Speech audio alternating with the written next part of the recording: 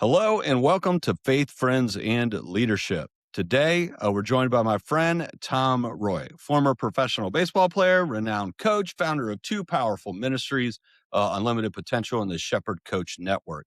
Tom today is going to share just a little bit about his incredible testimony of failure in his early baseball career, and then launching Pad for nearly 40 years of global ministry. I'm excited to talk to Tom today and just get his perspective on what it looks like to really be a leader and how a leader can learn to be a sheep in shepherd's clothing who builds eternal relationships. Tom, welcome to the show. Thanks, buddy. Good to see you again since Ohio. And Likewise, I don't know about things have you, gotten but colder since then. yeah, I was going to say we have about 6 inches. We had sideways snow last night, man. It was awesome. But Oh, as long as we're man, inside, it's good, right? that's right. Well, for our guests and listeners, why don't you just tell us a little bit about yourself? Well, you kind of hit it there. Good introduction. I mean, I wish my mom were still living to hear all that stuff, but I uh, I just feel very honored to have lived 76 years so far and to be able to see so much of the world and to understand so much more about people and leadership because of Jesus. And, I started out, I guess, my career, like you mentioned, as a somewhat a player in the San Francisco Giants organization, and then went on to start. Actually, before that, I was a high school coach, then a college coach. I think I did that for a total of about 15 years and then started the Ministry of Unlimited Potential, reaching back. The purpose was to reach, teach, and train for the purpose of sending professional baseball players. So for about 40 years, the staff and I, and all of our staff are former players, uh, disciple players, took them on missions trips, and that's what's afforded me the opportunity to be around the world. People say, wow, what's it like? Well, first, it's tiring. And second, it's a baseball field. I'm not a tourist. Sometimes, like China was awesome. They would take us on tour things and all that. A lot of baseball fields, but a lot of little kids too, and a lot of impoverished people, which I think some people that know me probably just think, oh, you had this ministry with professional baseball. Yeah, but the real ministry also was to these little kids all around the world that wanted to play that crazy game of baseball. So that's a little bit of And me. you do mean all around the world, right? Like I took in my notes that you've been bringing the game and the gospel to, is it 68 countries? Yeah, not all of those were baseball because one of them's called the Vatican. That's a country of its own, so I count that. I was just there, we started a baseball camp in Italy, and that's kind of a side trip, but I counted it. So, yes, yeah, I've been around a little bit. That is awesome. So at what point from baseball did you decide to move this into ministry? And this question isn't something you and I discussed, but I'm curious hearing you tell that story. When did that decision take place?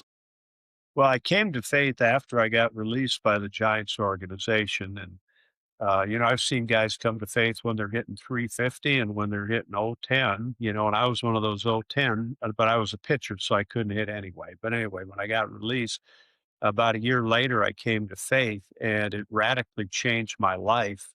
I had used some of my bonus money to go to school to become a radio announcer. Back then, you had to pass 3 tests to be a radio announcer, different, engineering, all different kinds of stuff.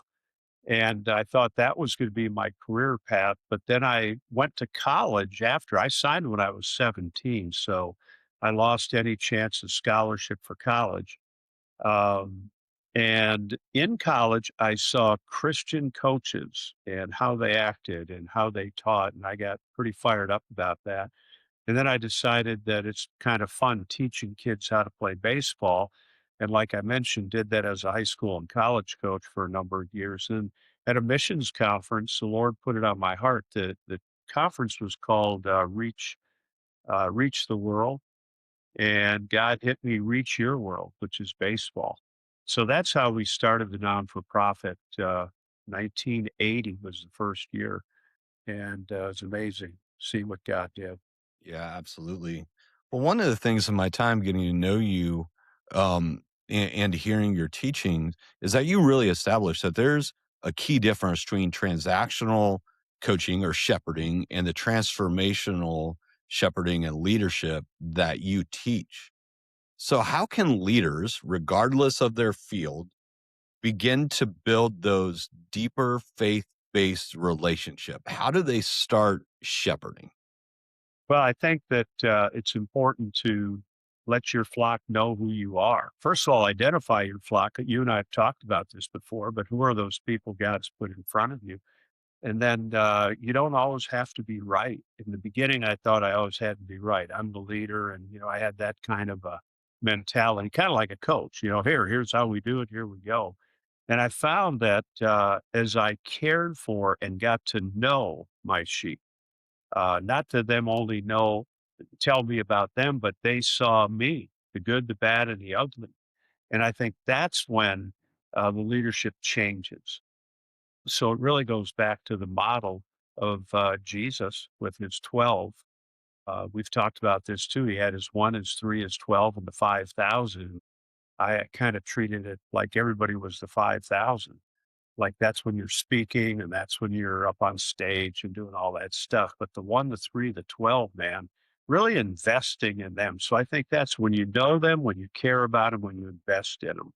It's almost the next inner circles or circles I've heard it described too, right? You have like your friends, acquaintances, and then you have your close friends and that, and then you have family, spouses, maybe even a best friend that really is the inner circle where they know the most about you.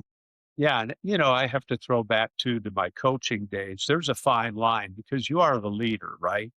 Um, and but yet you're also the leader. In other words, you want to show them not how to just do a skill set, meaning at that point baseball, and not only show them how to grow up as young men. I coached men, but also what it looks like to make mistakes, to do it, to ask for forgiveness, all those things that are part of leadership that sometimes we kind of move away from. We want to always have win, win, win. But I found, unfortunately, sometimes we learn the most in the losses and how we respond to the losses and what people see in us because we're open to care about them enough to say, hey, I'm struggling with this. I'm still your leader, but I'm human. Yeah. Yeah, it's just one of the many lessons that you've shared and that you've learned through experience, and those led to writing books. Of the books that you have written, which one stands out to you the most? Which one gets you the most excited to share? Well, I'll just say the journey of writing started when our board asked me to do a history of UPI. Um, there are groups, great groups out there, Athletes in Action, FCA, and all their leaders had died, their founders. And our board kind of, and I'm paraphrasing this, said, dude, before you die, you better write a book about what all this is. So I wrote my first book called Released. So I guess that to me is the largest volume of any of the other books I've written. But the one that's got me fired up and I've seen God use recently is a workbook called Shepherd Coach, and it's basically anybody can take the workbook and work through it, but it's specifically for coaches defining their mission and talking about the type of leadership they have and talking about it as the chief shepherd and his sheep and how he handled that. So I guess that's the one. And then the follow up to that's called Flock, which is a paperback regular book, not a workbook on leadership. So those two right now. And then the latest one I co-wrote with the guy who now is the president of Shepherd Coach Network, Matt Binkert, called Shepherd Culture. And so that whole genre right there, those three books have me excited right now. Yes, and we'll make sure that we link all those for our listeners. That will be in the comments, so you can locate Tom's books, read through those, work through them, and then reach out to him if you got additional questions or need some guidance around how to implement that into your life, into your leadership. The other thing that we discussed, and I wanted to dive into, is during your times of travel, we talked about the countries you've been in. That one of the things was loneliness and heartache, just being away from the family, right? The primary flock during those long ministry trips and significant hardships. So, for our listeners, what spiritual disciplines or life lessons did you develop to sustain your faith and your relationship during those long periods of isolation? And when I say isolation, we know you were in groups, but again, that's more of the 5,000. So, in those periods of isolation, what's your best advice for younger leader facing similar sacrifices? Well, one of the things, and this is more the 1 to 3 and the 12, is I always traveled with somebody else.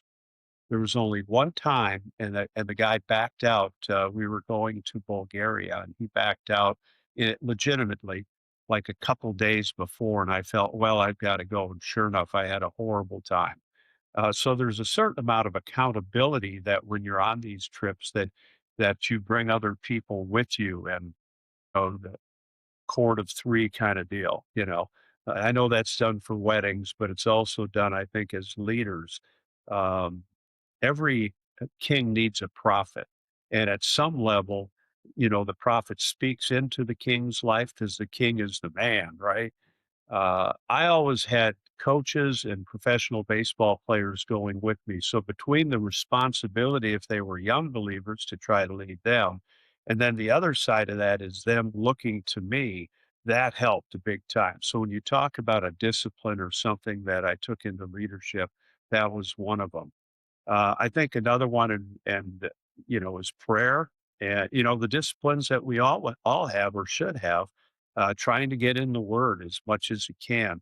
And the problem, not the problem, but uh, when you're in charge of a group, you kind of read the Word to prepare to speak to them, but to be able to be disciplined to say, no, I got to listen. I need some time where I'm not preparing it for the guys, the two or three guys that went with me, not for the crowd, but for myself.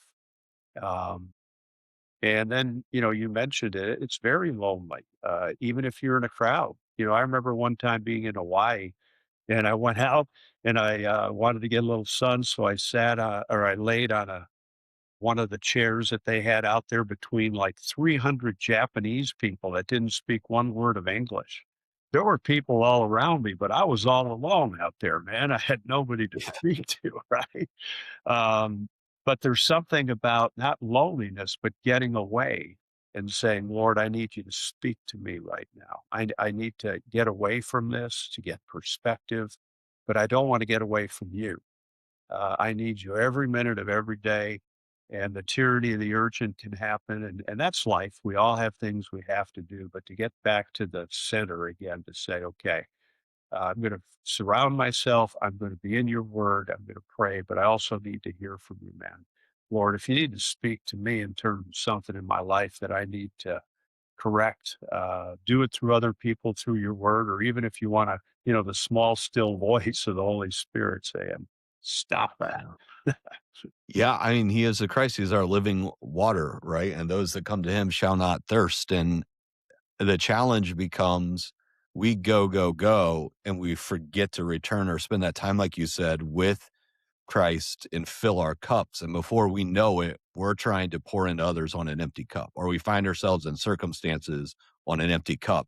And that has the reverse effect. A lot of times it's ineffective and causes more harm than it does good. One other thing that I found that was helpful to me, and I had to learn this lesson. And we talked a little bit about this when I was in Ohio. And this is not a derogatory term, but you have to have good sheepdogs. While I was doing this travel, I also had a staff, and they were throughout the United States. And you don't want to just say, "Oh, I don't care about those sheep." They're adults, they'll do what they do, and they do. They're fine. But you want to make sure that the conversation in the room is the same when you're there and when you're not there.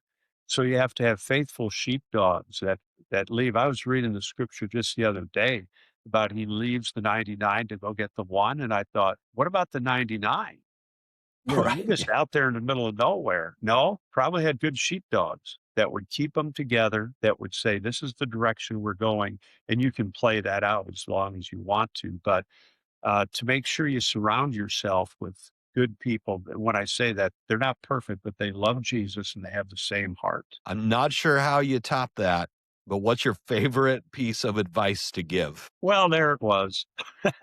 That's what that's the recent, best piece of advice just because that's kinda new for me, meaning I'd read that passage many times, right? Um, but there are those that you need to surround yourself with that have the same mission. They have different gifts. You don't want competition. Again, baseball was the sport that we were in. It's very competitive, especially at the professional level. Every day, someone's getting signed to take your position, right? And so you can get in that competitive mood. You have to continue to stay centered to say, like you said in the intro, I'm just a sheep in shepherd's clothing, and I need people around me that are going to be in going in the same direction and have my back, and I have their back. Tom, I appreciated it. Appreciated your responses and answers. I know I took away a lot. And as I said in the notes, we'll make sure that folks can reach out. They can get a hold of you. They can see all the good things that you're getting up to. And for our listeners, until next time, just keep living a life of faith, building up your friends, and embracing the journey. God bless. Thanks, bud.